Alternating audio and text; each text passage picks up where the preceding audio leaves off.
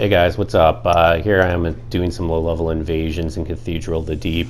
I found that Cathedral of the Deep is really kind of the optimal invasion point for this build. Any earlier, like Crucifixion Woods, and I'm overpowering hosts.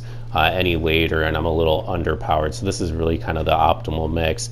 And I've been making some changes to this build. I had some Spear of the Church invasions, and I was talking about the amount of poise that you get. And St. Riot offered a comment on it, and I think he's exactly right, which is that it's almost like a permanent perseverance that you get. And it really got me thinking about how powerful perseverance is, because I know how powerful that poise is as Spear of the Church. And I had never really used any of the persevering weapons. And so I took a look at the Mace and the Morning Star, and what I found is that the Mace raw, I think, hits for like 244 points with a raw +4 build. And that's it's in my view hitting very, very hard. And when I buff it, you'll see here I do quite a bit of damage. So I tried it out for a while and had pretty good luck with it. It was actually somewhat of a mixed bag, and you can see that blue arrived and then quickly departed. Unfortunately, I didn't need his Estus yet at this point. But it's a bit of a mixed bag, and I'll get into some more of the details about what I liked about the weapon and maybe some of the things that I didn't like quite as much. These skeletons just drive me crazy in this area when I'm invading. So I noticed that there was at least one Phantom a host. I'd kind of turned around and booked it when I saw that there was a blue inbound, but now it's just the host and his Phantom, and I see pretty unwisely, in my view, they're going off and messing with the PvE here off in the corners, which is unwise for a couple reasons. First of all, these skeletons, as you can see, they box you in pretty well, and then the ones can infest you with the maggots, and then you either have to attend to it with some sort of item, or they're constantly chipping away at your health.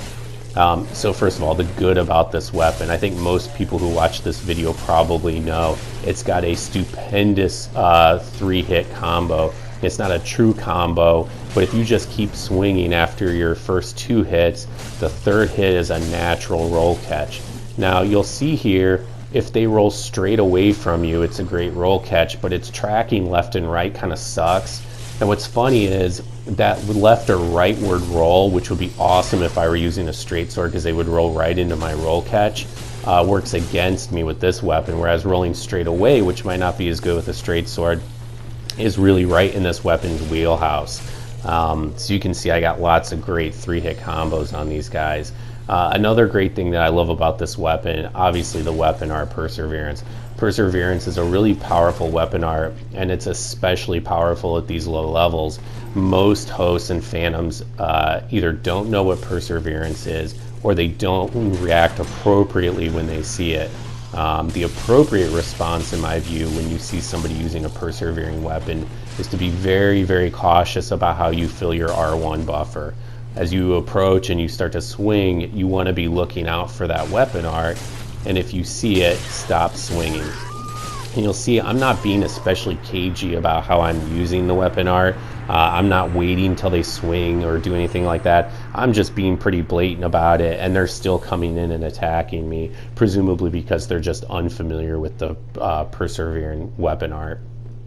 So those are the things that I like about it.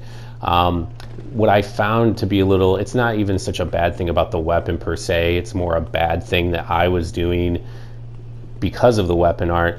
The weapon art is not all powerful. If you execute the weapon art and then you immediately go into your stats, you can see your absorption go sky high for just a moment, then drop down to about the halfway point between its maximum and your normal amount, and then finally back down to your typical defenses.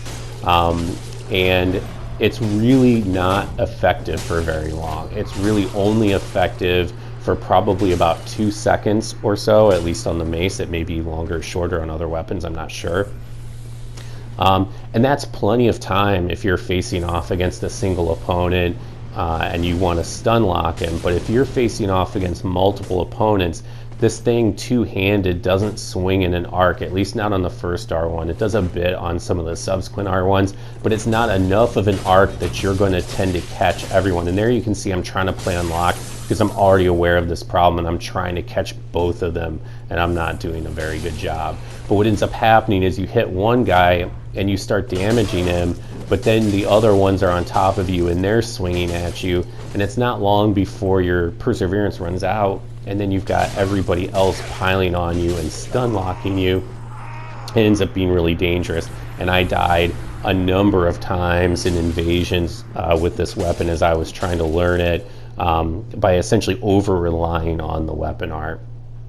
Another problem I have, and this is more of a build specific problem, I have very, very little attunement, as you can see, so I don't get a lot of uses out of this thing, and I don't have any of my flasks in FP right now in Ashen Estus. They're all in normal Healing Estus, which is probably the right thing to do, but it does mean in a protracted fight I can really only get maybe 5 or 6 perseverances out of this thing, and then I either have to stop using it or I have to switch to something else. So, obviously you see a group like this, perseverance can be useful in ganks. It definitely can give you some momentary protection, but the emphasis is very much on momentary. So you might be able to use it to escape a sticky situation, but you definitely do not want to run into a group of 2, 3, 4 enemies and start attacking thinking perseverance is going to save you. It'll save you for a couple seconds, but if you start swinging your weapon, it's going to end pretty quickly, and then all the other phantoms will just stun lock you to death. So that's just something to be super cautious of with this weapon. So I mean, if you've seen my videos before, this is pretty much my standard approach here. And this guy's got a dagger, so he's probably accustomed to stun locking enemies and then watching them try to R1 out of it. But of course, because I have the Perseverant weapon art, it doesn't matter. And these phantoms are totally playing this the wrong way. They're coming in onesie twosie rather than coming in force. And this guy, again, he's got the Cestus, so he's probably accustomed to stun locking people, not used to the weapon art. And there he went for a Hail Mary parry at the end, but was not successful. That's actually another thing that you have to watch out with this weapon. So most of us have it ingrained in us to only swing our weapon 2 times just because of the parry risk when somebody's going to face tank a parry. But the third R1 is such a great roll catch that you really should be using it whenever possible. But of course that does open you up to an increased parry risk. So all I can say is just be super mindful of it. When you're approaching an opponent to swing this thing, you should already be thinking about, can they parry it? Are they likely to? In a controlled situation, it's always best if you can go up and swing twice first, just to see how they kind of react to you. But in an invasion, that's not always a practical approach. You're time crunched, you're worrying about blues on the way, more summons, people healing, so you're going to want to put on the pressure. And here I get over reliant on my weapon art. It does not protect you from backstabs. And here I kind of roll myself into a corner, and I should have just rolled out, but I was so bloodthirsty for this host that I just get stun locked in the corner and I can't roll out, and that's it. That hurt. That was really frustrating because I really felt like that was an invasion I ought to have won. But of course, anytime a host has 3 summons like that and they're using the dried fingers, the chances of a re-invasion are high, and this was my very next invasion against this same crew.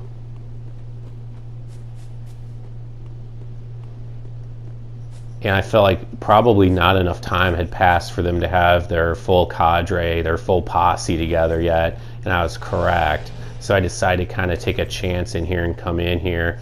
And surprisingly I don't know if they're actually ganking per se, or if, they're just trying to get through the level and just hang out with their friends. And that's cool. Like, honestly, I don't really have a problem with that. It annoys me somewhat when they are deliberately just summoning in phantoms just to gank, but in those cases they're usually clearing out the enemies first, and I don't think that's what these guys are doing.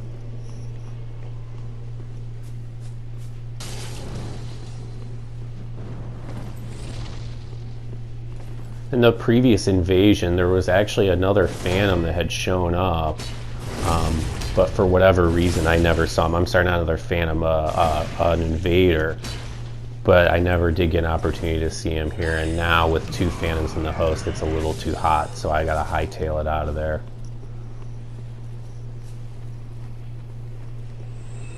This section here can be just as dangerous to invaders as it can be to the host. In fact, in some ways it could be more dangerous for invaders, because at least the host can knock the enemies out of their way. They can kill them. I can't even do that. And here I see that the other invader finally showed up, so now I'm excited to kind of get a chance to redeem myself after that previous invasion ended so poorly for me. I see he's a caster though, and he's a little laggy, so I'm a little worried about getting in his field of fire.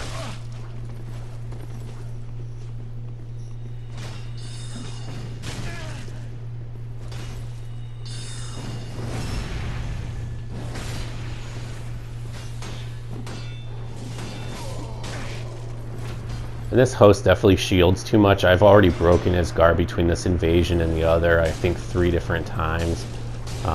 And I should have been looking for it better. I shouldn't have stacked so many R1s. I should have been looking for the breakage of his guard, so I could have taken advantage of that, and that was a mistake I made. But now with the invader dead, I gotta leave again. I was pretty frustrated at this point. It just makes me realize that the typical quality of invaders is really low. There's definitely good ones. I've played with a lot of them. I know a lot of them personally, but on average, in the average case, they're just not very good. They don't know how to work together. They're not good about avoiding each other. They're not good about splitting off and handling some group of Phantoms and you handle the other half. So here, I'd been in front of this host for so long, I thought I'd throw something different at him. I thought I'd hide, let him get past me, and then come up behind him, because I doubt very much that they're expecting that. So their focus was all completely forward, which really pays off here. I'm able to get this Phantom off by himself, and now he's panic rolling. He can't heal, and I'm able to finish him off.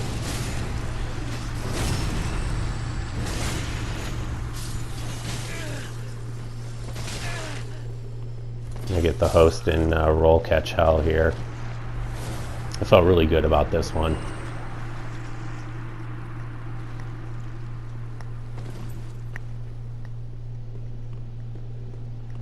So this invasion here, this is kind of like a little bit of a bonus clip. This guy's name's like Wizardus Maximus or something, and I've invaded this guy off and on over the past few weeks here in Cathedral the Deep, and he's always got some sort of cheese he's trying to use against invaders. I'm sure he must have the dried fingers active, and you can see here his particular cheese is to try to execute a plunging attack on somebody and then try to finish him off with the charged R2 with the Great Club. And he almost got me with that club. If somebody uses the charged R2 right off the bat, I typically tend to react as if it's the standard R1. I'm not good at reacting to that. Now I know I'm in for a plunging attack, so I try to protect myself with my guard up. And fortunately, he must have had the silver cat ring on, but if the platform had gone down just far enough that the fall ended up killing him regardless. He's killed me a few times. I've killed him a few times. But I always know, like the other day, he was trying to force people off, going out on the ledges up above Cathedral of the Deep. And this was interesting because you can see here this guy's trying a pure bow sort of strategy. And when I was earlier in my Dark Souls 3 PvP career, somebody like this would have just eaten me for lunch. The bow strategy is one of those that you tend to laugh off and think of as pretty silly until you have somebody absolutely annihilate you with it. And I knew right there to watch out for the rolling attack. People with the bow love to use rolling shots because they come out so quick. So I'm just going to stay on this guy. I'm going to keep my shield up, watching to make sure he doesn't try to kick my shield out, because that's the biggest risk in this situation, getting guard broken. But I'm just going to keep trying to roll catch him, keep putting pressure on him. I'm not going to really run at him too much. I'm going to wait for him to panic roll and then try to punish his panic rolls. There you can see at the end he kind of gave up. Well guys, I hope you enjoyed the content as always. Thanks for checking in. Take care. Bye now.